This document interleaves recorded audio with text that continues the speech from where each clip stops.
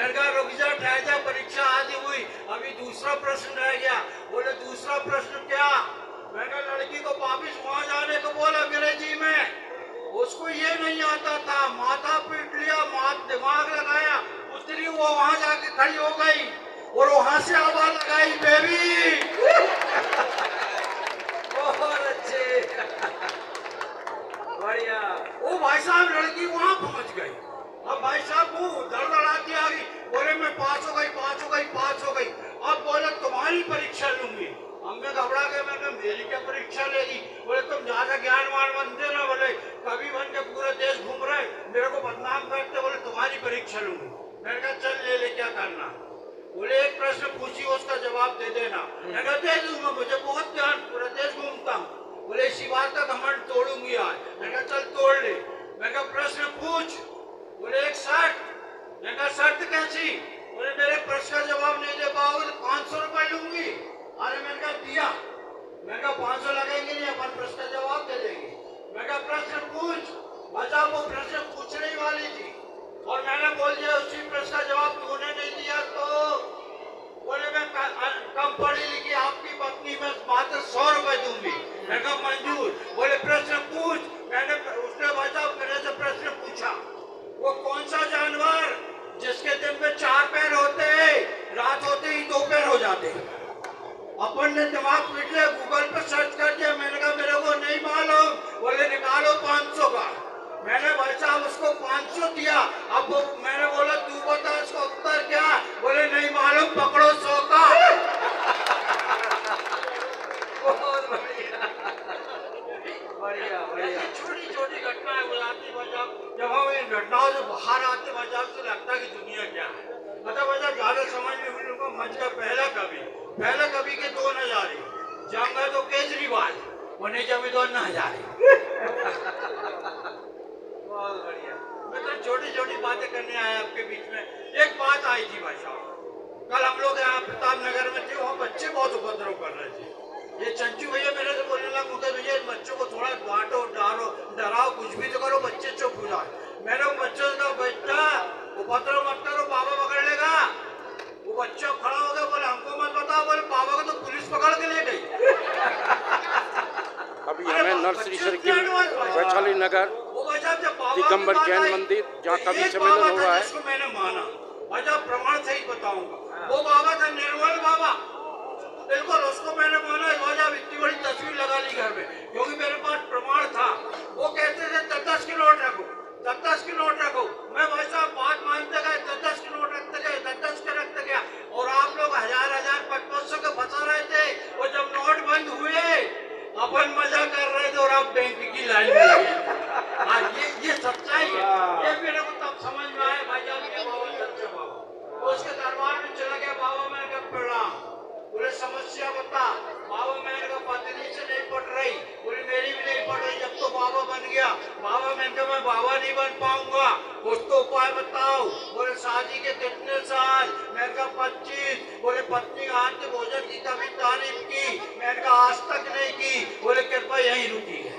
वो ऐसा ही बोलता था भाई साहब, कृपा कहाँ रुकी? बोले कृपा यही रुकी है, पत्नी के हाथ से बने भोजन की तारीफ शुरू कर दे, कृपा शुरू हो जाएगी। मैं भाई साहब लौट करके घर आया, उसको आवाज लगाया, बाबा की बात दिमाग में थी। मैंने कहा भूख लगी कुछ खाने को ला। वो भाई साहब गई अंदर, 2 पराठे और दही की कटोरी लेके आई, थाली लगा के मेरे को दी। मैंने पहले वाला तोड़ करके मुंह में डाला। बाबा की बात याद आ गई, 4 पराठे बने यार, मजा आ गया। ऊपर से लेके नीचे तक देखने लगी, बोले दारू पी के आया क्या? ओ भाई साहब मैंने दूसरा निवाला तोड़ के मुंह में डाला। वो तारीफ के लिए मुंह में बात निकाले कि जिसने पराठे बनाए ऐसा लगता है उसकी उंगलियां। और भाई साहब उन्होंने उठा के थाली बाहर फेंक दी।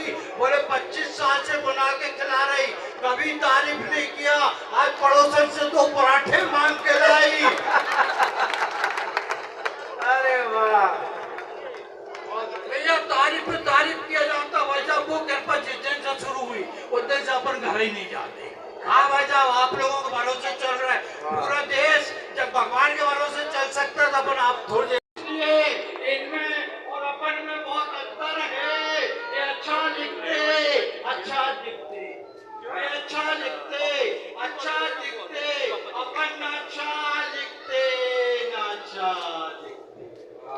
लिखते, अच्छा लिखते, अपन अच्छा लिखते, अच्छा लिखते, ये सब जबरदस्त कवि, अपन जबरदस्ती कवि,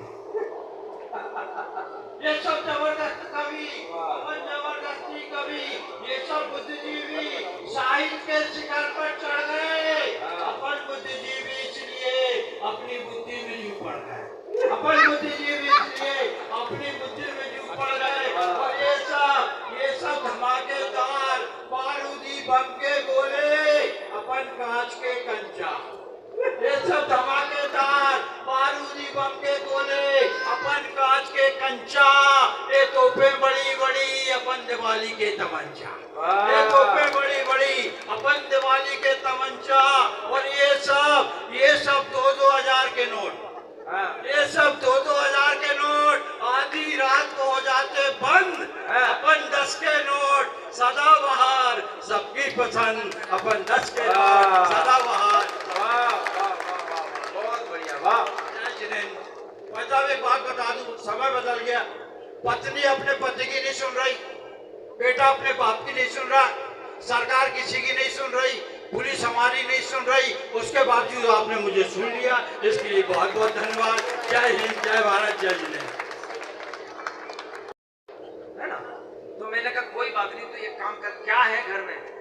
बोले कुछ नहीं, दाल है। तो मैंने कहा दाल बना ले, कोई बात नहीं, देखा जाएगा, दाल रोटी खा लेंगे, कभी मित्र हैं हमारे। बोले नहीं ऐसे तो नाक कट जाएगी। तो मैंने कहा फिर क्या करें? अब देखना उसने क्या दिमाग लगाया साहब, दिमाग क्यों नहीं लगाएगी पत्नी अपनी? तो बोले एक काम करना, बोले जब तुम्हारे कवि आ जाए तो सबको बिठाना। अनिल जी भाई साहब सुनना क्या चमत्कार हुआ। बोले सबको बिठाना और मैं जाके एक किचन में बर्तन गिराऊंगी, फिर तुम पूछना क्या हुआ भगवान, तो मैं जोर से चिल्लाऊंगी अरे क्या करें सत्यानाश हो गया, वो मटर पनीर गिर गया। फिर बोले फिर मैं 5 मिनट बाद एक दूसरा बर्तन लुढ़काऊंगी, फिर तुम बोलना क्या हुआ, तो मैं कह दूंगा अब की बार दाल मखनी गिर गई। अरे यार मैंने कहा ये तो गड़बड़ हो गई, कोई बात नहीं चल ऐसा कर लेंगे। फिर बोले तीसरा बर्तन गिराऊंगी, फिर आप जो है ना पूछना क्या हुआ, तो मैं कह दूंगा रसमलाई बगड़ गई। अरे मैंने कहा चल करेंगे ऐसे ही करेंगे। साहब ये सब आके बैठ गए, उसने बर्तन गिराया, मैंने कहा क्या हुआ भगवान, अंदर से उत्तर आया कमबख्त दाल ही गिर गई। बजाओ जरा ताली आप। हाँ तो सही, कई सारी समस्याएं होती हैं। आइएगा मित्रों, मैं अगले कवि को बुलाऊं, सर आप वहीं से वीडियो बनाएंगे। अरे वाह वाह वाह, हमारे यश कमल जी अजमेरा हमारे बड़े भाई भी हैं, मित्रवत स्नेह भी करते हैं, और कई सारे प्रोग्राम जयपुर में इन्होंने जैन सोशल ग्रुप के माध्यम से कराए हैं। आइएगा, कवियों को बहुत पसंद करते हैं। अजमेरा साहब पधारिए। मुझे आनंद इस बात का आ गया कि हमने आपको सूचना नहीं दी और फिर भी आप पधारे हमारे प्रोग्राम में। ये हमारे प्रवीण जी की मेहनत है, उनकी मित्रता का सुफल परिणाम है। आपके साथ जो भी पधारे हैं उनका नाम में नहीं जानता, क्षमा चाहते हुए सभी अतिथियों को निमंत्रण देता हूँ, पधारे भाई।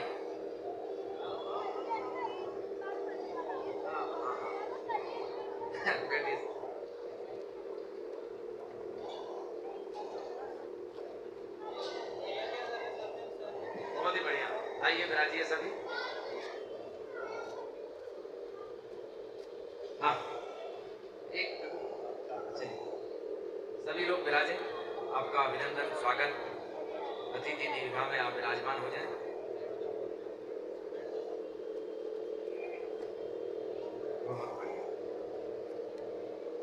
बोले नहीं बढ़िया बढ़िया नहीं, तुम ये बताओ इसमें कौन सी नर है और कौन सा मादा है।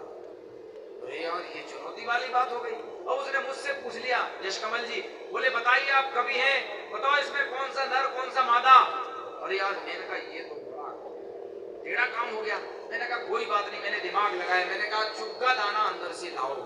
वो चुग्गा दाना लाया, मैंने चुग्गा बिखेरा, थोड़ा सा दाने बिखेरे, वो दोनों चुगने लगे। अब मैंने कहा देख ये जो चुग रही है ये मादा, और ये जो चुग रहा है ये नर। अब ये तू बता कौन सा चुग रही है कौन सा चुग रहा है। बजा जरा जोरदार ताली। बहुत बढ़िया। चलिए मित्रों, बहुत शानदार टीम यहाँ पर है और एक समय की सीमा भी हमें दी गई है, तो उसके अनुरूप हमें सारे काम करने पड़ेंगे। मैं उस कवि को बुलाता हूँ जिसने मैंने पहले बताया था कि 4-5 वर्ष की उम्र से जो कविता का पाठ कर रहा है, भाई दिव्य कमल जयंत चंचू, कोटा से हमारे मध्य। इन दिनों वो पुणे में इंजीनियर हैं और बहुत शानदार गीत लिखते हैं। मैं चाहता हूँ अपने घर आंगन की समाज की इस आने वाले समय में विराट वृक्ष बने, बड़ा गीतकार बने, आपकी तालियां इसे सुशोभित करें। भाई दिव्य कमल चंचू।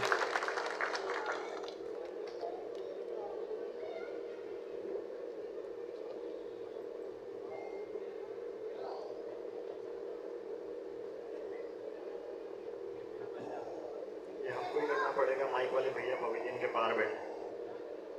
मैंने सबसे पहले मुझे आदरणीय कमलेश जी वसंत ने पूछा कि बेटा तुम कौन से नंबर पे पढ़ोगे। मैंने कहा दूसरे तीसरे चौथे पे पढ़वा लेना। बोले पहले पे किसको पढ़वाए। मैंने कहा दादा को पढ़वा लो। बोले क्यों। मैंने कहा हम तो अगले साल भी आ जाएंगे। बहुत अच्छे, वाह। बोले महावीर भगवान की जय। जय बोलिए पंच। जय बोलिए आचार्य श्री विद्यासागर जी महाराज की जय। सबसे पहले मैं अपनी बात भगवान महावीर के चरणों में कुछ पंक्तियों से संबोधित करना चाहता हूँ। उससे अपनी बात शुरू करना चाहता हूँ। उसके बाद मैं आपको वो सुनाऊंगा जिसके लिए मुझे जाना चाहता है भगवान महावीर के। हम दशक्षण पर्व में यहाँ पर उपस्थित हैं, क्यों हैं? अभी मैं भिलवाड़ा था, वहां पर परम पूज्य सुंदर सागर जी महाराज थे। उनका 8वां 7वां उपवास चल रहा था।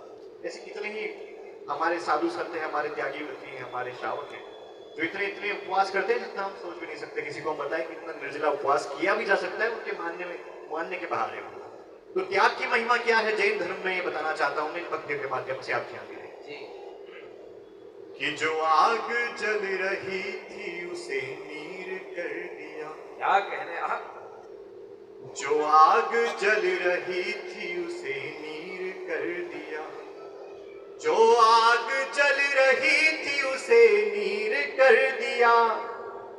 कागज को प्रेम रंग में तस्वीर दिया। कागज को प्रेम रंग ने तस्वीर कर दिया। हिंसा को त्याग सिंह अहिंसा पे आ गया। हिंसा को त्याग सिंह अहिंसा पे आ गया। इतनी ही बात ने उसे महावीर कर दिया। इतनी सी बात ने उसे महावीर कर दिया। इतनी सी बात ने उसे महावीर कर दिया। और जो पीछे जो लोग बैठे हैं मैं उनसे निवेदन करना चाहता हूँ कि आप सब भी तालियां वालियां बजाते रहे, नहीं तो इतनी दूरी पे मुझे ऐसा लगा कि कमरे लगे हुए हैं। तो आपके जिंदा होने का परिचय आप देते रहेंगे तो मुझे अच्छा लगेगा। आदरणीय कमलेश जी वसंत देश के नहीं विश्व के वरिष्ठ संचालकों में जिनका नाम होता है, उन्होंने उनके एक आदेश पर मुझे यहाँ पर आना पड़ा। उसका एक बहुत बड़ा कारण है। मैं पुणे रहता हूँ, कुछ उससे पहले मैं मुंबई रहता था, अपने काम के सिलसिले में वहां पर रहता हूँ। लेकिन जब भी मुझे जयपुर भिलवाड़ा या आसपास कहीं भी इन क्षेत्रों में आने के लिए कहा जाता है तो मैं एक क्षण भी बिना सोचे यहाँ पर आने के लिए तैयार होता हूँ। उसका कारण बताना चाहता हूँ। अगर आपको पसंद आ जाए, जो पीछे भी मेरे लोग बैठे उनको भी पसंद आ जाए तो बताइएगा मुझे कि कहीं पर दिल नहीं मिलता, कहीं पर मन नहीं मिलता। क्या है बड़े शहरों में और क्या है छोटे शहरों में? कहीं पर दिल नहीं मिलता, कहीं पर मन नहीं मिलता। बड़ी मीनार मिलती है मगर आंगन नहीं मिलता। कहीं पर दिल नहीं मिलता, कहीं पर मन नहीं मिलता। बड़ी मीनार मिलती है मगर आंगन नहीं मिलता। मयस्सर शहर में सब है, सब है, मगर इतनी कमी तो है, वहां पर धन तो मिलता है, ये अपनापन नहीं मिलता। वहां पर धन तो मिलता है, ये अपनापन नहीं मिलता। और भगवान महावीर के चरणों में कुछ पंक्तियां समर्पित करता हूं। भगवान महावीर के आपने 5 नाम सुने हैं। क्या सीखते हैं हम महावीर के नाम से? महावीर मतलब वीर, जो सबसे ज्यादा सबसे बड़ा वीर है। लेकिन हम उन वीरता से ये नहीं सीखना चाहते कि हम किसी को मारना काटना नहीं चाहते, लेकिन हम उस वीरता से क्या सीखना चाहते हैं कि वीरता का दूजा नाम मेरे महावीर प्रभु, कर्मों को हराऊं ऐसी वीरता दिखाऊं।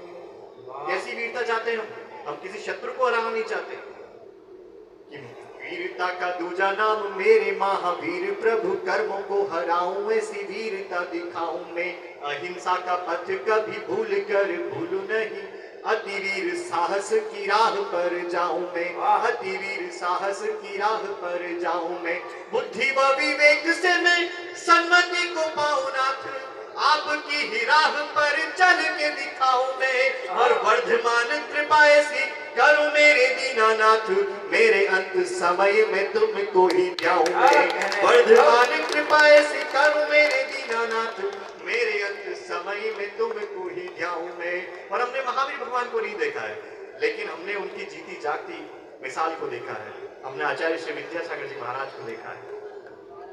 तब मैं कहना चाहता हूं कि जब आप नमोकार मंत्र पढ़ते हैं, बड़ी श्रद्धा से हम नमोकार मंत्र पढ़ते हैं, नमो अरिहंताणम, नमो सिद्धाणम, नमो आयत्याणम, नमो वत्सायणम, नमो लोए सवेसामणम। सिद्ध परमेश्वरी का सबसे बड़े होने के बावजूद उनका नाम दूसरी पंक्ति में लिया जाता है, उनको नमस्कार दूसरी पंक्ति में किया जाता है, सिर्फ इस वजह से क्योंकि अरिहंतों ने उन तक पहुंचने का मार्ग दिखाया।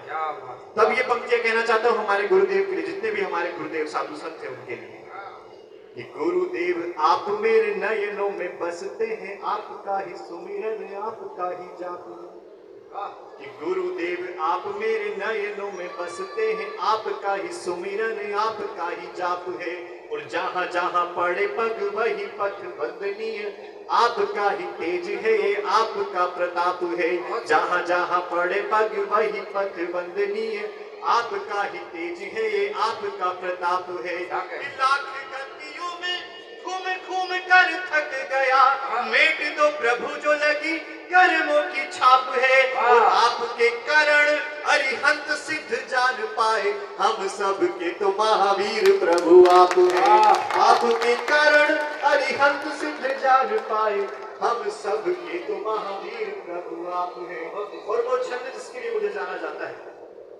एक ऐसी कुरीति जो हमारे समाज में, हम जब दुनिया के बारे में बात करते हैं तो हमारे समाज की कुरीतियों के बारे में बात करनी चाहिए, क्योंकि हम जैन समाज के लोग। आपने देखा होगा कि एक माँ बाप अपने 4 बच्चों को पाल लेते हैं, लेकिन 4 बच्चों से अपने बूढ़े माँ बाप नहीं पाले जाते। आचार्य श्री से किसी ने पूछा कि आचार्य श्री ये बताइए कि अगर हमारे माता पिता का वृद्धाश्रम में निधन हो जाए तो हमें कितने दिन का सूतक लगेगा? तो आचार्य श्री ने बहुत सुंदर उत्तर दिया। उन्होंने कहा, बेटा तुमको तो सूतक उसी दिन लग गया था जिस दिन तुमने अपने माता पिता को वृद्धाश्रम में भेजा। सब कहना चाहते कि पुत्र को रतन के समान मानती है माता, पुत्र निर्माण में पिता भी टूट जाते हैं।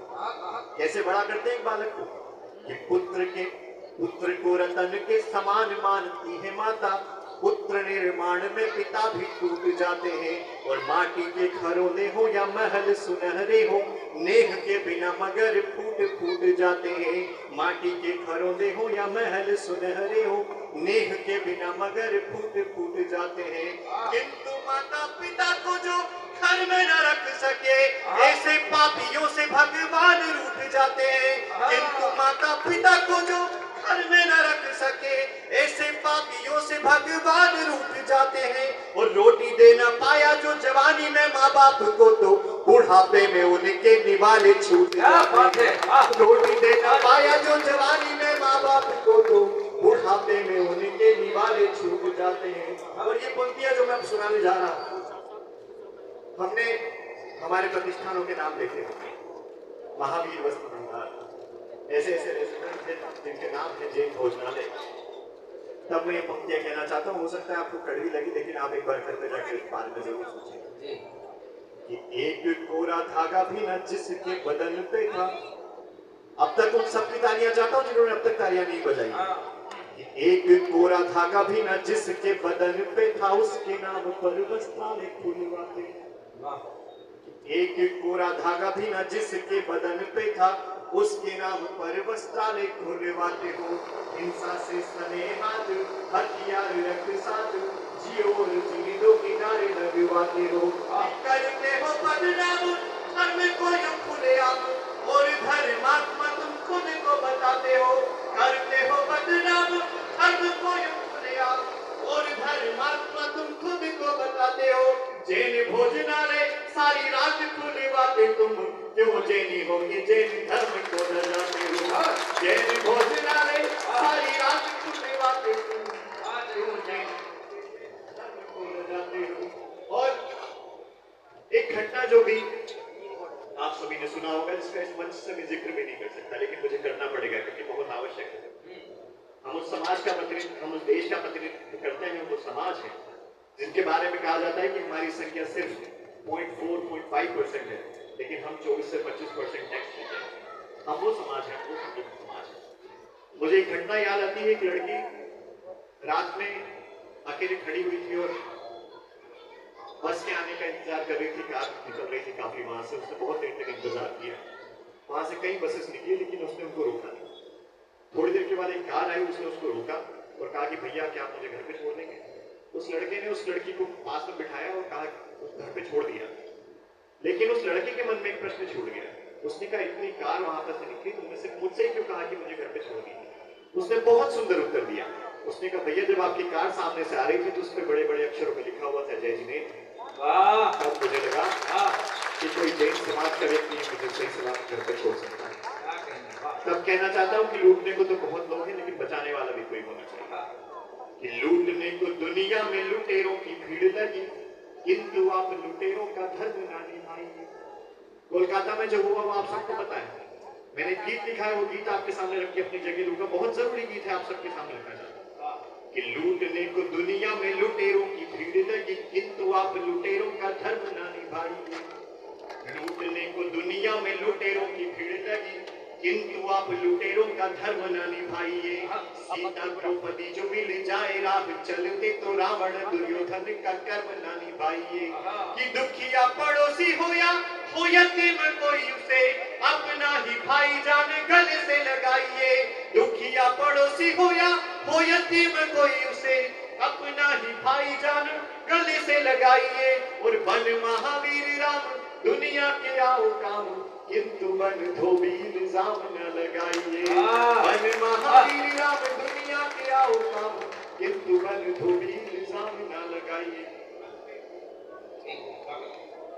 यहाँ पर जितने भी हमारे आदरणीय करके कलयुग भी खड़ा है, देख यह शिशुपाल अब तक ना रुका है। 100 से ज्यादा गलतियां यह कर चुका है। अब सुदर्शन को उठाओ कन्हैया, द्रौपदी को फिर बचाओ कन्हैया। क्या कहने वाह। द्रौपदी को फिर बचाओ कन्हैया, लौट करके फिर से आओ कन्हैया। और जब कहा जाता है कि ऐसे कपड़े पहनना चाहिए, ऐसे चलना चाहिए, लेकिन वो दरिंदे कभी उम्र नहीं देखा करता, तब ये पंक्तियां कहना चाहते हैं कि आज भी वे ही दरिंदे हैं यही, आज भी वे ही दरिंदे हैं यही। उम्र से उनको कोई मतलब नहीं, इतनी वहशत पहले क्या देखी कहीं। अब सियारों में भी है गिनती नहीं, पापियों का अब करो मर्दन प्रभु, कालिया का अब कुचल दो फन प्रभु। अब करो तुम खात्मा इस दंश का, नाश कर डालो समूचे वंश का। अब न बस मुरली बजाओ ओ कन्हैया, लौट करके फिर से आओ ओ कन्हैया, लौट करके फिर से आओ ओ कन्हैया। द्रौपदी को फिर बचाओ ओ कन्हैया। बहुत बढ़िया, वाह। और मैं क्यों कह रहा हूँ ये बात अपनी समाज में, क्योंकि यह एक अकेला ऐसा कार्यक्रम होता है जिसमें महिलाओं की संख्या पुरुषों से ज्यादा होती है। सिर्फ जैन समाज का कवि सम्मेलन या जैन समाज का कार्यक्रम ऐसा होता है। बहुत सुंदर, वाह। और अगर हमारे होते हुए, हम सबके होते हुए, अगर हमको कन्हैया को उनकी रक्षा के लिए बुलाना पड़े तो इससे ज्यादा शर्म की बात हमारे लिए नहीं हो सकती। इस अंतिम बंद में वो बात कहना चाहता हूँ जो बहुत बहुत जरूरी है। बहुत सुंदर, वाह। लौट करके फिर से आऊं बहुत बढ़िया चंदू, कमाल कमाल का लिखा। द्रौपदी को फिर बचाओ कन्हैया। और आप सभी से कहना चाहता हूँ जो सबसे आगे बैठे हुए हैं, आप सभी ने बहुत अच्छे से कवि सम्मेलन सुना, ये अंतिम बंद बस सुन लीजिए और मुझे विदा कर दीजिए। वाह वाह वाह वाह। कि ठान लो मुश्किल नहीं है आज भी, वाह। सभी महिलाएं, कि ठान लो मुश्किल नहीं है आज भी, हो चिड़ैया पर बनो तुम बाज भी, बहुत सुंदर, वाह। हो चिड़ैया पर बनो तुम बाज भी, अब नहीं बनकर रहो मोहताज भी, देवियों से डरते हैं यमराज भी, अरे क्या बात है, वाह।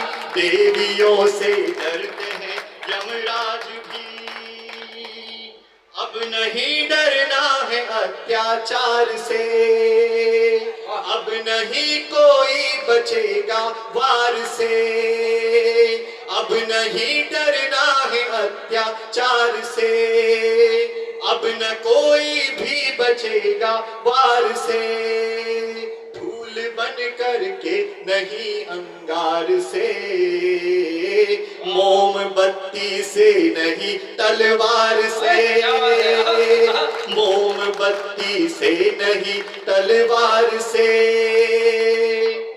बेटियों को चक्र पकड़ाओ कन्हैया, बेटियों को चक्र पकड़ाओ कन्हैया, लौट कर चाहे न फिर आओ कन्हैया, बहुत सुंदर। लौट कर चाहे न फिर आओ कन्हैया, द्रौपदी को युद्ध क्या बात है सिखाओ चंदू, बहुत शानदार, वाह वाह वाह। पढ़ा तुमने, सच में आनंद आ गया। और तालियां इसलिए बजाते रहना, हम भारतीय दर्शन के लोग हैं। जब हमारी आयु पूरी हो जाती है हम चले जाते हैं यमराज के पास। यमराज का एक दूत होता है जिसका नाम होता है चित्रगुप्त। चित्रगुप्त के पास सबकी फाइल होती है, फाइल खोली जाती है, बढ़िया काम किए तो पुरस्कार, गलत काम किए तो दंड। सबसे पहले नंबर आता, वो बोलते खोलो फाइल। बड़े मन से सुनना, आनंद आ जाएगा आपको। कि जुगनुओं की भीड़ ने सूर्य से कुछ यूं कहा, आपके साम्राज्य में इतना अंधेरा क्यों रहा? अरे सूर्य बोला तमतमाकर, मैं अकेला क्या करूं, तुम निकम्मों के लिए मैं भला कब तक मरूं?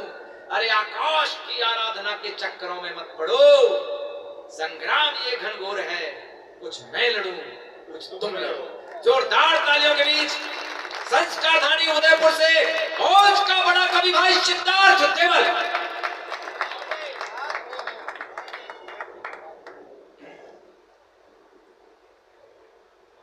वागीश्वरी वीणा पानी माँ सरस्वती को प्रणाम करता हूँ। इसका बेस बढ़ाओ।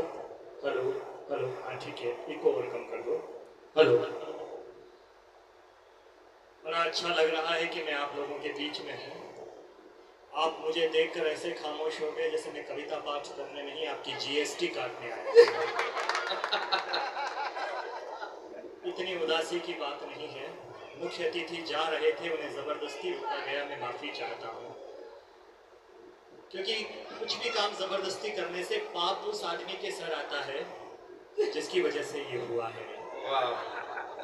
एक मेरा अनुरोध रहेगा, जैन समाज का कार्यक्रम है, बहुत ही अच्छा है। मंच पर किसी भी तरह का कोई कूलर और पंखा नहीं है, आपने अपने ये लगा रखा है।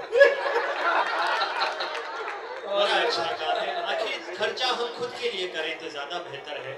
लेकिन मेरा नाम सिद्धार्थ देवल है और मैं पूरी रात हिंदुस्तान के कवि सम्मेलनों में जाता हूँ। मुझे पता होता है कि कवि सम्मेलन में कौन सी व्यवस्था थोड़ी सी ठीक कर देने से कवि सम्मेलन श्रेष्ठ हो सकता है। इतनी गर्मी नहीं है और राजस्थान की तो मिट्टी में ही गर्मी है, कूलर कौन सी आपकी गर्मी रोक देंगे। अगर आप 5 मिनट के लिए अगर अपने पास के कूलर बंद कर दे, मैं ठीक ना पड़ूं तो फिर चालू कर दें। मुझे कोई अफसर ध्यान से है ना, ऐसा ना हो कि भावुकता में हाथ ही अंदर डाल दे। ध्यान से देखिए, अच्छा हो गया ना, बहुत शानदार। अब सुनाई देगा। ऐसा कुछ पीछे वाले भाई साहब आप भी बंद कर दो। आपने स्टडी कर ली कपड़ों वाले, आपके कूलर की स्पीड इतनी ज्यादा है कि अगर आप उड़ गए तो चंद्रयान बन जाओ। बहुत अच्छे। कवियों को सुनने के लिए कई तरह के आनंद होते हैं, वो सारे आनंद यहाँ पर हैं। माताएं बहनें इतनी बड़ी संख्या में यहाँ बैठी है और आपस में बात नहीं कर रही है, ये भी ऐतिहासिक बात है। वरना हमारे घर में एक है, वो हमें एक क्षण नहीं बोलने देते। बड़ी बात है आप लोग यहाँ पर बैठे हैं। आइए कुछ मिनट आप लोगों के बीच हूँ, और लगातार 8 दिनों से कवि सम्मेलन में है। हमारे साथ क्या है कि गणेश उत्सव भी चल रहे हैं अभी, और पर्यूषण भी चल रहे हैं। तो मैं अभी दिगंबर जैन समाज के कार्यक्रम भी कर रहा हूँ और गणेश उत्सव के कार्यक्रम भी कर रहा हूँ। कुल मिला के मेरी स्थिति ठीक वैसी है जैसे श्राद्ध पक्ष में कौओं की हुआ करती है। इतनी सारी खीर की कटोरियां होती है, पता नहीं कहाँ खाएं। लेकिन भाई डॉक्टर कमलेश बसंत आपके बड़े कवि हैं, और इन्हें पता है कि कम बजट में अच्छे कवियों को कैसे बनाया जाता है। आ जाइए सर, आपने मेरा फोटो लिया था ना सर? थैंक यू, धन्यवाद सर। ले लीजिए, शादी के बाद पहली बार आ जाए। अच्छा लगा। मैं कविता वीर रस की सुनाऊंगा, लेकिन तनाव नहीं देते हम। राजस्थान के लोगों को आनंद में रहना चाहिए। हम यहाँ इस दरबार में हैं, आप जहाँ पर बैठे हो वो जगह छोटी नहीं है, आप जहाँ पर हो वो स्थान छोटा नहीं है। भाई साहब आप ही हैं वो जो गाड़ी जो भेजी थी भैया, जो उधर कहाँ है वो? अच्छा आप हैं। आपने हमको दाल बाटी चूरमा खिलाया, तो आपका वहाँ पे कमीशन है या हमसे प्यार करते हैं?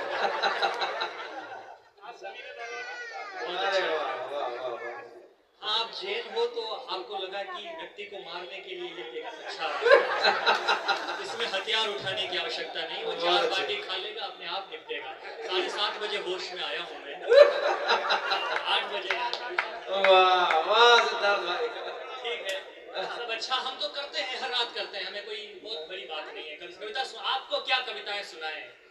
आप ये कह रहा था 25% टैक्स देते हैं, वो करते हैं। मैं सब इन बातों पर विश्वास नहीं करता, लेकिन मैं ये जानता हूं कि जब उरी पर हमला हुआ और हमारा एक कैप्टन पाकिस्तान की सेना पकड़ के ले गई, सर आप, मैं बता रहा हूँ, आपने 10वीं क्लास में MA की पासबुक पढ़ रखी है। बात कहने से पहले आपको समझ में आ जाती है। मैं सर प्रणाम करता हूँ, इसीलिए हम सब ने आपको ऊपर बिठा रखा है, हमें पता है सर। प्रणाम करता हूँ, आपने मेरी बात पूरी नहीं होने दी और पहले ताली बजा दी। सच में सर मैं ट्यूशन लेने आपके घर आऊंगा। ये जैन धर्म है, इस पे लोग जैन धर्म की बातें करते हैं। सर जैन धर्म पे जैन धर्म वालों को समझाते हैं अहिंसा क्या होती है, बताओ। ये तो ठीक वैसी बात हुई, प्रधानमंत्री जी को समझाओ कि सामने वाले को चुप कैसे रखा जाता है। आप तो सब जानते हो, हिंसा का तांडव जेले, मौत के लगे हो मेले, युद्ध के माहौल में अहिंसा सच्चा सार है। घृणा की विषैली बेले हर घर में जो फैले, नूतन प्रकाश देता आपका व्यवहार है। अर्थ है व्यापारी है, साहित्य के पुजारी है, और जैन धर्म मानव कल्याण का आधार है। हर सुख का है मूल, खिलता बासंती फूल, मन को पवित्र करे मंत्र नमो का। क्या बात है, जिंदाबाद। मैंने आपको कहा क्या तालियां बजाइए? ये इन्होंने बोला कि तुम्हारा कोटा पूरा नहीं हुआ तालियां बजाने का। बताओ, अरे वो शास्त्रीय आदमी है, कैसी बातें कर रहे हैं। पंडित जी बैठे हुए हैं। पंडित जी आप बहुत अच्छा ज्ञान दे रहे थे, हालांकि हम तो खुद ज्ञानी इतने हैं कि हमको समझ में नहीं आता ज्ञान लेकर। लेकिन आपने सबको बहुत अच्छा इस पर्व पर ज्ञान दिया, मैं आपको आभार ज्ञापित करता हूँ। और आपने बहुत अच्छा सुनाया, और आप बैठ के सुन रहे हैं। सुनाने वाले आदमी का सुनना बड़ा मुश्किल काम है, सबसे कठिन काम आपका। कौन किसको सुनता है भाभी जी? दुनिया में तो किसी को सुन ही नहीं रहा है, आप लोग सामने बैठ के हमें सुन रहे हैं, इससे आसान कोई काम ही नहीं है। और ये बड़ी चीज है। पास के एक प्रधानमंत्री के घर से बकरियां चुरा के ले गए, बांग्लादेश की प्रधानमंत्री के घर से। बताओ हम कौन सी दुनिया में रह रहे हैं जहाँ प्रधानमंत्रियों के यहाँ से बकरियां चुराई जा रही है? मुझसे एक पत्रकार ने पूछा, बोले प्रधानमंत्री के वहां से बकरी चुरा के ले गए, इस पर आपका क्या कहना है? मैंने कहा हमारे ऐसे दिन आ गए हम बकरियों के बारे में बात करें। मैंने कहा गलती से हमारे प्रधानमंत्री के यहाँ मत घुस जाना, वरना घुसते ही सबसे पहले मिस कॉल देके भारतीय जनता पार्टी की सदस्यता दिलवा देगा। फिर चप्पा चप्पा बीजेपी करता घूमोगे। इस देश की परिस्थितियां ऐसी है, वहां पर हम कविताएं करते हैं, वहां पर हम बात करते हैं। मैं एक कविता आपको सुनाता हूँ। आप पर्यूषण पर्व में बहुत उपवास करने वाले लोग हैं, आपके लिए समय का अपना महत्व है। एक बार मुझे भी आशीर्वाद की तालियां दे दीजिए, ताकि मुझे लगे कि मुझे बुलाया गया है, पीछे के लोगों तक भी आवाज पहुंचे, अच्छा कार्यक्रम होगा। एक कविता मैं आप लोगों को सुनाता हूँ। भाई ने मुझे कहा था, 2-4 लोग मित्र मुझे बाहर मिले थे, उन्होंने कहा सर हमने आपकी वो कविता सुनी है जो भामाशाह पर आपने लिखी है। इस हिंदुस्तान में 51 रुपए देने वाले आदमी को भामाशाह के साफा पहना देते हैं।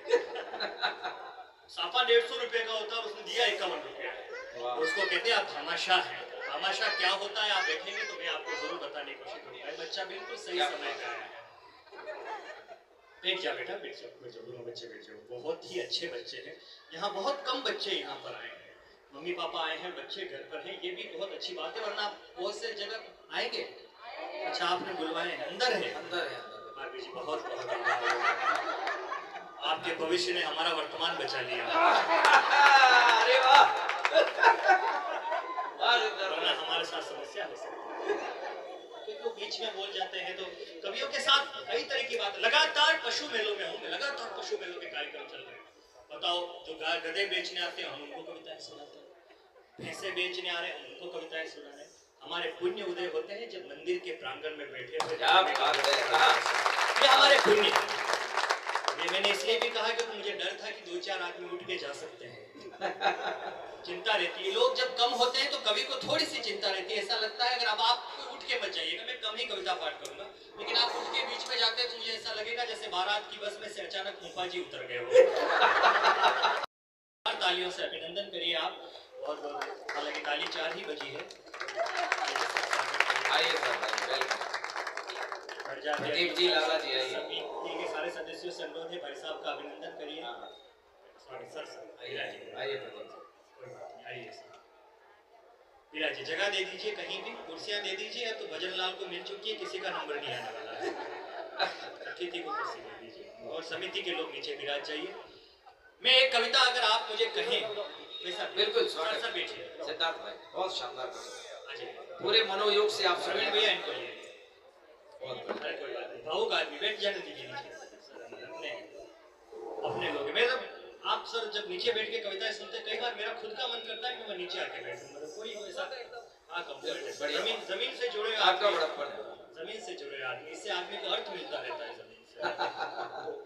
ठीक रहता है। कुर्सियों का स्थिति इस हिंदुस्तान में ज्यादा अच्छी नहीं है, जो आदमी जमीन से जुड़ा है उसका ठीक है। मैं एक कविता आपको सम्मेद शिखर पे सुनाता हूँ। अगर आप उस विषय को जानते हो तो मुझे पक्का पता है कि आपने वैसी कविता नहीं सुनी होगी। आप सम्मेद शिखर की यात्रा पर कितने लोग गए, एक बार मुझे हाथ। अरे वाह, बहुत बहुत आभार। मैं नहीं गया, कभी भी नहीं गया, क्योंकि मैं हिंदू हूँ और मुझे ऐसा जरूरत नहीं पड़ी कि मैं सम्मेद शिखर जाऊं।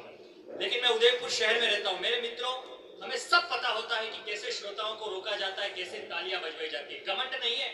इस मंदिर के प्रांगण में खड़ा हूं, अगले 3 मिनट के बाद अगर आपको सिद्धार्थ देवल याद ना रहे तो मैं बैठ जाऊंगा। हमें यहाँ कुछ भी साबित नहीं करना। हम जिंदगी में पिछले 17 साल से कवि सम्मेलन कर रहे हैं, देश और दुनिया में कर चुके हैं। हमें कुछ भी नहीं लेना। और लिफाफा तो प्रवीण जी को मालूम ही है, इसलिए कोई दिक्कत नहीं है। यहाँ से कुछ मिलेगा हमें, ऐसी उम्मीद नहीं है। हमें जो मिलना था वो चूरमा बाटी हमें दोपहर में मिलेगा, हम उसको साथ जाएंगे। मैं एक निवेदन करता हूँ, सम्मेद शिखर की बहुत बढ़िया, बहुत प्यारी कविता है। मैं उदयपुर में अपनी पत्नी को लेकर सूरज पोल के चौराहे से गुजर रहा था। हमारे वहाँ पर एक चौराहा है सूरज पोल का। मैं पहली कविता सुना रहा हूँ। टाइम मैनेजमेंट का आदमी, गोल्ड मेडलिस्ट हूँ सुखाड़िया यूनिवर्सिटी का, और अपने साथ सर्टिफिकेट लेके जाता हूँ, क्योंकि कुछ लोगों को विश्वास नहीं होता तो मैं तुरंत दिखा देता हूँ। PDF अपने पास रखता हूँ। मैं निवेदन कर रहा हूँ आपसे। उदयपुर में मैं अपनी पत्नी को लेकर सूरज पोल के चौराहे से निकल रहा था तो एक पूरा जुलूस निकल रहा था। हमारे शाम के समय थी, 7-7:30 बज रही थी। हजारों की संख्या में जुलूस निकल रहा था। ट्रैफिक जाम हुआ। हम गाड़ी में, मैं और मेरी पत्नी बैठे हुए, तो उसने मुझसे अचानक पूछा, ये क्या हो रहा है, ये कौन लोग हैं? तो मैंने कहा कि एक शिखर जी स्थान है, उस पर कुछ ऐसी बात हुई है कि उसे लेकर ये लोग मौन धरने पर निकल रहे हैं। मेरी पत्नी ने एक बात बोली, मुझे बहुत अच्छी लगी। उसने मुझे कहा कि ये वो हिंदुस्तान है जहां एक आदमी दूसरे को थप्पड़ मार दे तो आंदोलन करने वाले लोग दुकानें फूंक डालते हैं, मोटरसाइकिलें जला डालते हैं, लेकिन ये कौन सा धर्म है जिसके पर्वत पर अगर आंच उठाने की स्थिति आ जाए तो भी ये अपने अहिंसा के मार्ग को नहीं छोड़ते हैं। ये आप लोगों का पहली पंक्तियां सुनिएगा। सुनो जरा ये पर्चा पे दिल्ली, मुंबई, कलकत्ता की, उसी गाड़ी में बैठकर 8 पंक्तियां लिखी। भाई कमलेश बसंत जी जानते हैं मैं ज्यादा विज्ञापन करना पसंद नहीं करता, लेकिन मैंने जिन संतों को सुनाई उन्होंने मुझे कहा कि सिद्धार्थ कवि हो, कवि भी संतों के लगभग पास के होते हैं, कवि होना एक बड़ी चीज होती है। आप इस कविता को पूरा करो। मैंने वो कविता पूरी की है और इन दिनों में जहां अच्छे लोग होते हैं वहां वो कविता सुनाता हूँ। आज मैं आपको वो कविता सुना देता हूँ, निवेदन करता हूँ। आप रोमांचित हो जाएंगे, आप कौन से धर्म में पैदा हुए, आपको इस चीज का घमंड होने लग जाएगा कि आप कौन लोग हैं। हमने सरकारों से ये नहीं कहा कि आप किसी की मदद मत करिए। हमने सरकारों से ये नहीं कहा कि आप किसी के लिए सहयोग मत करिए। हम तो सिर्फ ये कह रहे हैं कि जहां पर हमारा मंदिर है वहां की पवित्रता को नष्ट करो। बस यही आपका प्रश्न है। कहना आप लोगों को चाहिएगा, लेकिन मैं आपका एम्बेसडर बनकर, मैं आपका राजदूत बनकर यहाँ पर खड़ा हूँ।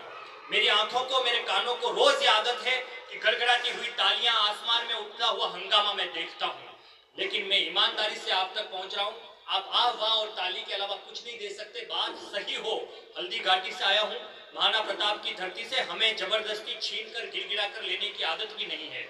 अगर बात ठीक हो तो फिर एक एक धर्मावलंबी का मुझ पर आशीर्वाद। क्या बात, स्वागत भाई, वाह सिद्धार्थ भाई। क्या था, सुनो जरा वो पच्चापे दिल्ली मुंबई कलकत्ता की, हर जगह पे आंदोलन हुआ था, हर जगह पे आंदोलन हुआ था। बताइएगा इस समिति को कि आपने सिद्धार्थ देवल को बुलाकर ठीक किया। उस सर्टिफिकेट की कविता सुना रहा हूं पहली। सुनो जरा ये पच्चापे दिल्ली मुंबई कलकत्ता की, सुनो जरा ये आहट जो आती ईश्वर की सत्ता की। देखो नयन झुकाए इन लाखों लोगों की आशा को, देखो मौन जुलूस में गढ़ती नैतिक परिभाषा को, देखो नंगे पांव सड़क पर चलते मन के छालों को, देखो चिड़िया बिल्ली जैसे जीवों के रखवालों को, देखो मंदिर की खामोशी बुझी हुई दोपहरों को, बहरी बनकर जो बैठी है वो गूंगी सरकार सुनो। तमाचा सिद्धार्थ देवल रखेगा, और रख दिया हो तो मुझे बताइएगा जरूर। बहरी बनकर जो बैठी है वो गूंगी सरकार सुनो, इन लाखों लोगों के मन में छुपी हुई हुंकार सुनो। कोटि कोटि कंठों ने गाया, मर्म बचाने निकले हैं, कितना विवश हुए हैं, अपना धर्म बचाने निकले हैं। इन्हें अकेला मत समझो, हम सनातनी मिल जाएंगे। ये धर्म हिला तो लोकतंत्र के सब पत्थर हिल जाएंगे। जिंदाबाद। जरा एक बार दोनों हाथ पीछे वाले लोग उठाए, बताएं सम्मेलन कैसा हो रहा है। ये धर्म हिला तो ये कविता पूरी सुना दूं क्या? पक्का पक्का ठीक है। हाँ तो आप ऐसे करें जैसे फिरौती मांग रहे हो, थोड़ा सम्मान किया करो। मैं हाँ सुना सुना सुना। ये धर्म हिला तो लोकतंत्र के सब पत्थर हिल जाएंगे।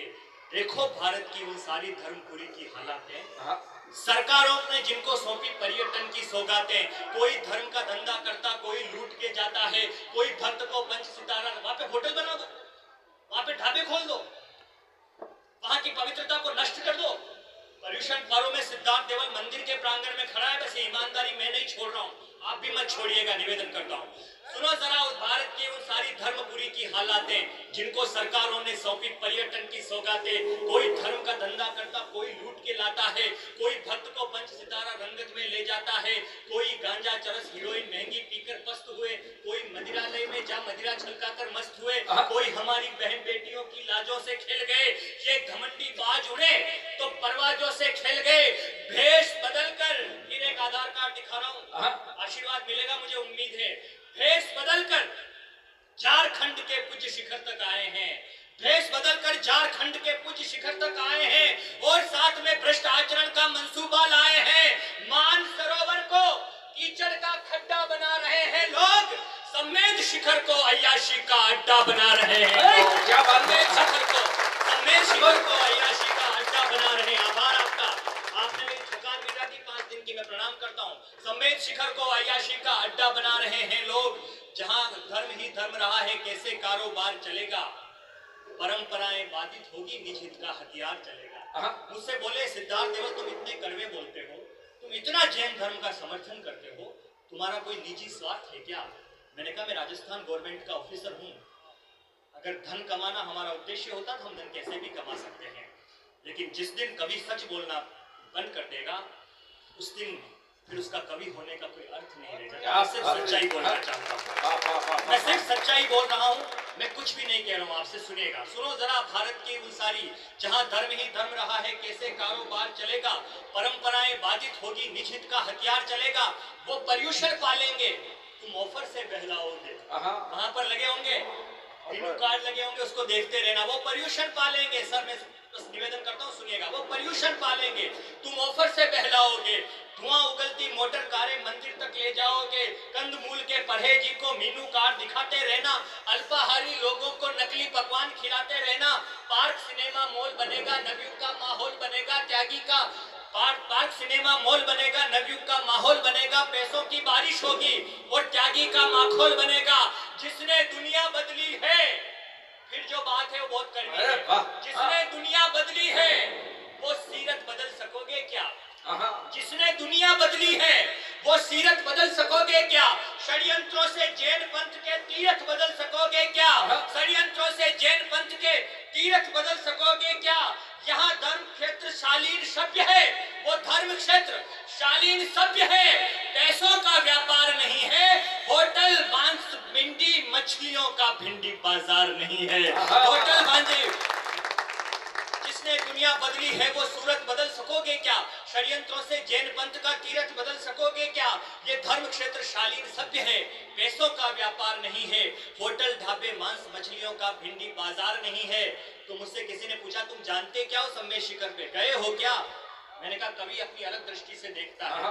आपको आईने में सम्मेद शिखर दिखाता हूँ और कविता समाप्त करता हूँ। पहली मैंने कहा ना मुझे कम कविता पाठ करना है, भामाशाह की कविता सुनानी, बस ये सुन लीजिएगा कविता। मैं आपको आईने में आपका सम्मेद शिखर दिखाता हूँ।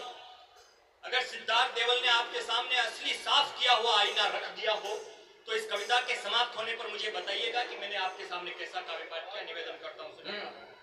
जो गवाह बना है, पूछा सम्मेद शिखर क्या है, मैंने जवाब दिया है जो गवाह बना है, जो गवाह बना है सब संतों के मंत्र जाप की टोली का। सम्मेद शिखर पे मंत्र के जाप होते हैं, वहां तीर्थंकरों ने अपने जीवन के क्षण बिताए हैं। वो कोई एक पहाड़ नहीं है, वो कोई कंकर पत्थर से बना हुआ नहीं है। किससे बना हुआ है, बस इस पर आशीर्वाद दीजिएगा। जो गवाह बना है सब संतों के मंत्र जाप की बोली का, जो गवाह बना है फेरे लेती उस प्रभाती टोली का, जो गवाह बना है तीर्थंकर के मोक्ष मार्ग के शेलों का, जो गवाह बना है मुनिपक छूते उन पावन रजढेलों का, जो गवाह बना है सदियों से उड़ती उन पूज्य ध्वजाओं का, जो गवाह बना है प्रक्षालन करती उन जैन भुजाओं का, जो गवाह बना है सन्नाटों में गूंजित होते नारों का, जो गवाह बना है जीवन नैया खेती उन पतवारों का। मोक्षयान को कविता आप समाप्त करेंगे मुझे विश्वास है। मोक्षयान को मामूली सा एक रथ समझ रहे हो तुम, मोक्षयान को मामूली सा एक रथ समझ रहे हो तुम, सम्मेद शिखर को साधारण सा पर्वत समझ रहे हो तुम, मोक्षयान को मामूली सा एक रथ समझ रहे हो तुम, सम्मेद शिखर को साधारण सा पर्वत समझ रहे हो तुम।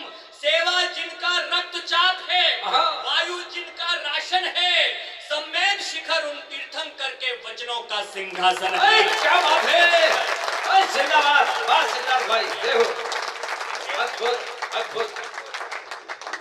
ऐसा ठीक हो गया ना, मतलब ऐसा मैं तो पूछ के कहा, इसलिए मैंने आपसे पूछ लिया है। आइए अगर आपका मन हो तो 3 मिनट और सुना दो सर। सर आपके पास समय? अरे अब तो बैठ गए और आप तो देर से आए सर, आप मेरे साथ उदयपुर चलेंगे। नहीं, एक कविता में आपको और सुना।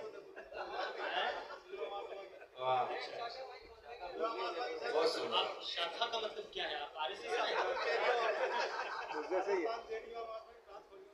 हाँ तो है पहले से, बहुत अच्छा है। आइए भाई साहब, आपने इतनी मेहनत की, मेरे समय कहाँ चले गए? सुना था ना, हाँ ठीक किया भाई। कि कवि को कोई एक श्रोता न सुने तो उसकी आत्मा अंदर से विलाप करने लग जाती है।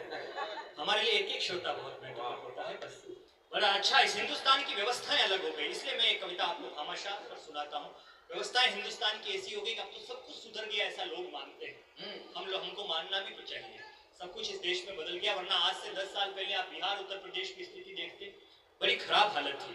बिहार में एक बार 5वीं कक्षा के अंदर एक जिला शिक्षा थी, क्या व्यवस्थाएं थी, कैसा देश झेला है हमने।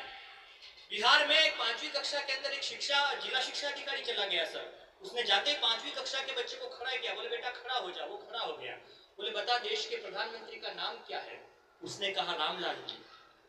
दिमाग खराब हो गया जिला शिक्षा अधिकारी का, बोले रामलाल जी कौन है? बोले जी मेरे पिताजी है, 5 साल से घर नहीं आए तो मैंने सोचा वो प्रधानमंत्री हो गए। अरे बोले तू 5वीं कक्षा में पढ़ता है, तुझे देश के प्रधानमंत्री का नाम मालूम नहीं है? मैं तुझे कक्षा से बाहर निकाल दूंगा। उसने कहा सर आप मुझे बाहर नहीं निकाल सकते। उन्होंने पूछा क्यों? बोले क्योंकि मैं इस कक्षा में पढ़ता ही नहीं हूँ। मेरा भाई पढ़ता है, वो बकरियां चराने गया, मैं हाजिरी भरवाने आया हूँ। जिला शिक्षा अधिकारी को गुस्सा आ गया, तमतमाते हुए बाहर आए, टीचर को बुलाया, बोले यहाँ आइए, ये कौन सा विद्यालय चला रहे हैं आप? फर्जी बच्चे पढ़ते हैं आपके स्कूल में, मैं आपको नौकरी से निकाल। वो बोले सर नौकरी से नहीं निकाल। पूछा क्यों? बोले इसलिए क्योंकि शिक्षक मैं भी नहीं हूँ। शिक्षक तो मेरा भाई है जो कृषि मंडी में बोरियां तुलवा रहा है, मैं तो 5वीं में हाजिरी लेने आया हूँ। अब जिला शिक्षा अधिकारी तमतमाते हुए प्रिंसिपल साहब के कमरे में बिहार के जाते बोले, प्रिंसिपल साहब कैसा विद्यालय चलाते हैं आप? फर्जी बच्चे, फर्जी अध्यापक, मैं आपको नौकरी से निकाल दूंगा। प्रिंसिपल साहब ने कहा आप बैठो सामने, इतना गुस्सा नहीं करते। पानी पिलाया, अपनी दराज खोली, उसमें से 10,000 रुपए निकाले, जिला शिक्षा अधिकारी के हाथ में रखे, बोले ये लो 10,000 रुपए और इस बात को यही रफा दफा करो। अब आपके ठाके और मस्ती और ऊर्जा दे देना, मैं फिर से कविता पे आ जाऊंगा।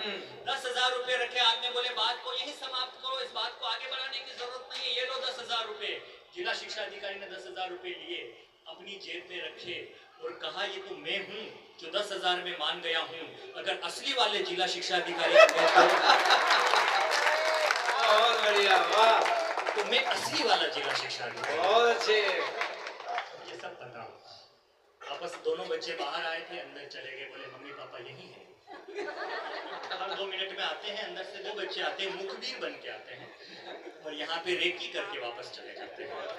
कैसे क्या होगा? आइए एक कविता सुना देते हैं। समय का थोड़ा सा विलंब है, हालांकि हम तो 7 बजे तैयार हो गए थे, पर समय का आपका ये जो पर्व का कार्यक्रम है, मैं बड़ा रोमांचित हो जाता हूँ। मुझे बहुत बहुत अच्छा लगता है कि ये कौन सा देश है। बताओ उस बदतमीज रूस को और यूक्रेन को, बताओ उस गाजा पट्टी पर रहने वाले फिलिस्तीन को कि दुनिया में किसी को मारकर कोई महान नहीं हुआ है, समाज के लिए मरने को तैयार रहने वाले हमेशा महान हुआ करते हैं। पता ही नहीं चल रहा है, बम फेंक रहे हैं, बम फेंकने की इतनी आदत हो गई है कि अगर सामने तक नहीं फेंक पाओ तो खुद पे ही फेंक देते हैं। बोले अपने को तो रोज फेंकना है, यूक्रेन तक नहीं पहुंचा तो रूस की सेना से कई बार रूस में बम फूट रहे हैं, क्योंकि उन्होंने हमारे संतों को नहीं पढ़ा, उन्होंने जैन धर्म के तीर्थंकरों को नहीं समझा। वहां पर भी अगर जैन धर्म के, मैं कहता हूँ आप रूस में और उधर मंदिर की उनकी व्यवस्था करवाओ। वैसा बैठा सामने बैठा हुआ पुतिन बोलेगा ओम नमो अरिहंताणम, तालियां कम थी, बात बहुत बड़ी थी। अरे वाह, क्योंकि इस धर्म को दुनिया भर में फैलना चाहिए। बिल्कुल सच है। इसलिए आप जाइए, और उससे अच्छा भी रहेगा, वहां पर अपन दुकानें भी खोलेंगे, अपना दूसरा भी ध्यान रखना, व्यापार भी चलेगा, बहुत अच्छा रहेगा। आप चाहो तो वहाँ पे एक ब्रांच अपने काम है ट्रांसपोर्ट वाला, वो कर सकते हैं। वहाँ भी क्रेनों की जरूरत भी है, लोग पतले हुए बड़े में निकाल सकते हैं। आइए एक कविता में आपको भामा शास्त्र सुना देता हूँ, फिर मैं अपना स्वागत पाठ समाप्त करूंगा। हल्दी घाटी का युद्ध, आप में से कौन नहीं समझेगा? बोले अभी भाई ने कविता सुनाई, बोले कि अब कृष्ण तुमको आना पड़ेगा क्योंकि द्रौपदियों की लाज बचानी है। ये राजस्थान, यहाँ की नारियां सुरक्षित नहीं, ये संभव नहीं है। मैं जिस मेवाड़ से आया हूँ, वहां की रानी पद्मिनी को देखने के लिए दिल्ली का एक बदतमीज बादशाह अलाउद्दीन खिलजी अपनी फौज लेकर आया था, लेकिन हमारे दरवाजों पर सर पटक के चला गया, लेकिन हमारी महारानी का चेहरा नहीं देख सका। ये ये छोटी जगह नहीं है, यहाँ पर किसी राजकुमार को बचाने के लिए पन्ना अपना बेटा कुर्बान कर देती है, और मोहब्बत में बार बार अपनी सुंदर पत्नी को देखने के लिए पीछे मुड़ने वाले किसी राजा को शीश काटकर हारी रानी थाल में रख कर दे देती है। हम उस राजस्थान में रहने वाले लोग हैं, आपको घबराने की जरूरत नहीं है। श्रद्धाओं को काट के फ्रिज में रख दिया जाता है, 36 बार टुकड़ों में काट कर फ्रिज में रख दिया जाता है, फिर कहती मेरा अब्दुल ऐसा नहीं है। तो फिर क्या है ये देश? मैं निवेदन करता हूं, कभी मैंने ऐसा लिखा था, जब दामिनी का कांड हुआ था इस भारत में, उस समय मेरी उम्र छोटी थी, लेकिन मैं दिल्ली में महिलाओं की कॉलेज में, यूनिवर्सिटी में जाकर उन बालिकाओं को एक कविता सुना के आया था। वो कविता मुझे याद नहीं है, लेकिन मैं हमेशा यहाँ पर कहता हूँ कि गाय नदी को माँ कहते, हम माँ के लाल कहाँ है? गाय नदी को माँ कहते, हम माँ के लाल कहाँ है? सदियों से उठता आया वो है भूचाल कहाँ पर है? हम सब लोग कौन है आपको पता ही नहीं है। हमने कौन सा देश बना दिया है ये, जहां हमारी बेटियां सुरक्षित नहीं है। इस मिट्टी से मातृभूमि का मान नहीं जा सकता है, नर के मन से नारी का सम्मान नहीं जा सकता है। अरे बेटा घर में हो तो चूल्हा ठंडा भी रह सकता है, बेटी हो तो फिर भूखा मेहमान नहीं जा सकता। हम उस हिंदुस्तान में रहते हैं। आइए, समय का अभाव है, इसलिए मैं कविता भामा शाह की सुना देता हूँ आपको। हल्दी घाटी का युद्ध हुआ, एक तरफ महाराणा प्रताप की सेना थी, दूसरी तरफ अकबर की सेना थी राजा मान सिंह के नेतृत्व में। आप आते होंगे उदयपुर, हमारी बहुत बड़ी पर्यटन की जगह है, बहुत खूबसूरत जगह है, घूमने के लिए लोग आते हैं। उससे जब लोग वहां आते हैं तो कुछ मित्र हो जाते हैं, फोन करते हैं, बोले हम आए हैं, हमने ये झीलें देख ली, अब क्या देखें। मैं उनसे कहता हूँ 20 किलोमीटर दूर उस हल्दी घाटी के मैदान में जाओ, रक्त तलाई एक दर्रा है, वहां पर जाओ और वहां की मिट्टी को अपने तिलक लगाओ, क्योंकि वो महाराणा प्रताप जिंदा था, वो महाराणा प्रताप लड़ा था, इसलिए आप और हम मिलकर आज ये उत्सव मना रहे हैं, वरना राजस्थान का कुछ भी नहीं हो सकता था। आजादी के उस महान पर्व पर हम रहे और भामाशाह कैसे लड़ा था, मैं निवेदन करता हूँ, सुनेगा कविता से कि जिस मिट्टी से, एक बार ताली बजा कर नंदे दीजिए, पीछे के लोग thank you sir, thank you, बहुत बहुत अच्छा। आप पीछे के लोग सुन रहे हैं, मैं आपको प्रणाम करता हूँ सर। आगे वालों को सुनने की मजबूरी है क्योंकि हमारे बिल्कुल सामने बैठे नहीं सुने तो जबरदस्ती बैठे, पीछे सुदूर श्रीलंका के आसपास बैठे हुए लोग सुनते हैं तो अच्छा लगता है। जिस मिट्टी से सौंधी खुशबू राष्ट्रभक्ति की आती है, जिसके आगे हिमचोटी खुद नतमस्तक हो जाती है, जहां टोलियां भीलों कहते हैं, यहाँ पे क्या ऐसे लोग बैठे हैं जो कवि सम्मेलन का आयोजन करवाते हैं, संयोजन करवाते हैं। अरे इसमें कोई बड़ी बात नहीं कमलेश भाई, ये जैन संस्कृति है। जैन संस्कृति में मैं बहुत ज्यादा नहीं पढ़ा, लेकिन मैं दो बातें जानता हूँ। असली जैन होने का दो ही प्रमाण होता है, एक तो वो धर्म से प्यार करता है और एक वो साहित्य से प्यार करता है। और आप दोनों काम करते हैं, इसलिए निवेदन करता हूँ, सुनिएगा कि जिस मिट्टी से सौंधी खुशबू राष्ट्रभक्ति की आती है, जिसके आगे हिमचोटी खुद नतमस्तक हो जाती है। राणा प्रताप की छोटी सी सेना 1.5 मिनट का सीरियल है, आप रोमांचित हो जाएंगे। मैं अपना कविता पाठ भी समाप्त कर दूंगा, बस इतना धैर्य रखिएगा। राणा प्रताप की सेना बहुत छोटी, कुछ भील लड़ रहे, कुछ आदिवासी लड़ रहे, एक राजपूत, एक जैन, और सामने दुनिया की सबसे बड़ी आतंकवादियों की फौज। कैसा युद्ध हुआ होगा, बस वो दृश्य देखिएगा। जिस मिट्टी से सौंधी खुशबू राष्ट्रभक्ति की आती है, जिसके आगे हिमचोटी खुद नतमस्तक हो जाती है, जहां टोलियां भीलों की युद्धों में मंगल गाती है, आरावल बेली के ऊपर कालबनी मंडराती है, इतिहासों का महासमर वो अमर पृष्ठ पर अंकित है, जिसका पल पल दंगल है, किससे शोणित से मंडित है, रणबंके रजपूतों से ही रही गुलामी खंडित है। क्या लिख पाए मौन खड़े भाषा के जितने पंडित हैं, मैं अमर अश्व के माध्यम से बोलूंगा अमर लड़ाकों से। हल्दी घाटी का रण देखा मैंने चेटक की आंखों से, हल्दी घाटी का रण देखा। जय जिनेंद्र के स्वर से सा राणा के कान से टकराए। अंदर अगर ऊर्जा 100 गुनी न हो जाए तो मेरा नाम सिद्धार्थ देवल नहीं, जो मैं आपके पुरखे के बारे में कह रहा हूँ, भामाशाह के बारे में। महाराणा प्रताप युद्ध कर रहे थे और उनके कानों में आवाज आई जय जिनेंद्र। महाराणा प्रताप ने मुड़कर देखा। या आप लोग मुझसे कहते हैं कि ऐसा हुआ या नहीं हुआ, हमारे क्या विवाद करने का सबसे बड़ा कारण, मैंने कहा मैं पढ़ा लिखा हूं, ऐसा हुआ है। जय जिनेंद्र के स्वर से सा राणा के कान से टकराए। महाराणा प्रताप युद्ध कर रहे हैं, उनके कान में आवाज आई जय जिनेंद्र। अब क्या होता है दृश्य देखिएगा। जय जिनेंद्र के स्वर से सा राणा के कान से टकराए, सम्मुख केसरिया पहने भामा अभिवादन ले आए। भावुक राणा ने झटपट भामा को गले लगाया, कर्ण नदीची सा दानी वो युद्ध क्षेत्र में आया। क्षण भर सोचा, राणा बोले आप नहीं लड़ सकते हो, वणिक कर्म है युद्ध देव की भेंट नहीं चल सकती। बोले तुम जैन हो, मैं तुम्हें लड़ने नहीं दूंगा, तुमने धन दे दिया, बस बहुत है, तुम्हारा धन हमारे काम आ गया, आपको भामाशाह में यहाँ पे लड़ने नहीं दूंगा। महाराणा प्रताप ने मना किया। जवाब दिया है आपके पुरखे ने और लिखा है सिद्धार्थ देवल ने। दो पंक्तियां तूफान खड़ा करेगी, मुझे विश्वास से निवेदन करता हूँ। क्षण भर सोचा, राणा बोले आप नहीं लड़ सकते हो, वणिक कर्म है युद्ध देव की भेंट नहीं चढ़ सकते हो। भामा बोले हम व्यापारी, भामा बोले हम व्यापारी, धन हमें प्रिय, राणा जी यही सुना है, किंतु धन और देश में से मैंने देश चुना है। किंतु धन और देश में से मैंने देश चुना है। कविता के अंतिम 8 पंक्तियां सुनिए, विदा लेता हूँ। किंतु धन और देश में से मैंने देश चुना है, तलवारों से आजादी की प्राण प्रतिष्ठा करने। जिनके पांव के आगे चींटी आ जाए तो अपना रास्ता बदल देते हैं, लेकिन एक पुरखा हाथ में तलवार लेकर प्रताप से कहता है मुझे लड़ने दीजिए, मेरे लिखने की हिम्मत पर आशीर्वाद दीजिएगा। मैं वहां पर बैठूं तब तक गड़गड़ाती हुई तालियां मेरे कानों तक पहुंचनी चाहिए कि मैं वैशाली नगर के बड़े लोगों के बीच में आया था। निवेदन करता हूं कि बोला कि किंतु धन और देश में से मैंने देश चुना है, तलवारों से आजादी की प्राण प्रतिष्ठा करने। हे भवानी आज्ञा दे दो मातृभूमि हित मरने। मैं पीछे हट जाऊं, क्यों लड़े थे भामाशाह, मैं पीछे हट जाऊं मेरा वंश कलंकित होगा, मैं पीछे हट जाऊं मेरा वंश कलंकित होगा, मेरे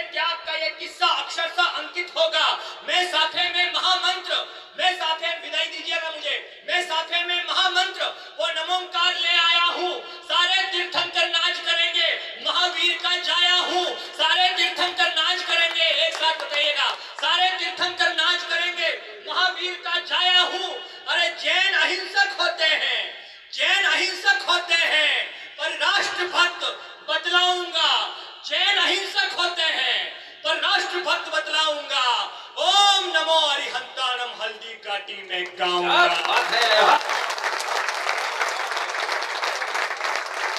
बहुत शानदार, बहुत शानदार। तालियों का आकाश खड़ा करें एक बार भाई सिद्धार्थ देवल के लिए।